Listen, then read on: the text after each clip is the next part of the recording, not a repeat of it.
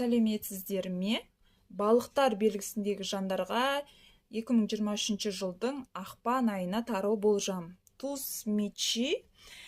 Балықтар, туз мечи бір қандай да бір іске шешім қабылдайсыздар, бір қиын ситуациядан шығып, жаңа жол табасыздар, жаңа өзгерістер болады, бір жаңа мүмкіндік, жаңа өмір, қандай да бір нәрсені жаңадан бастайсыздар.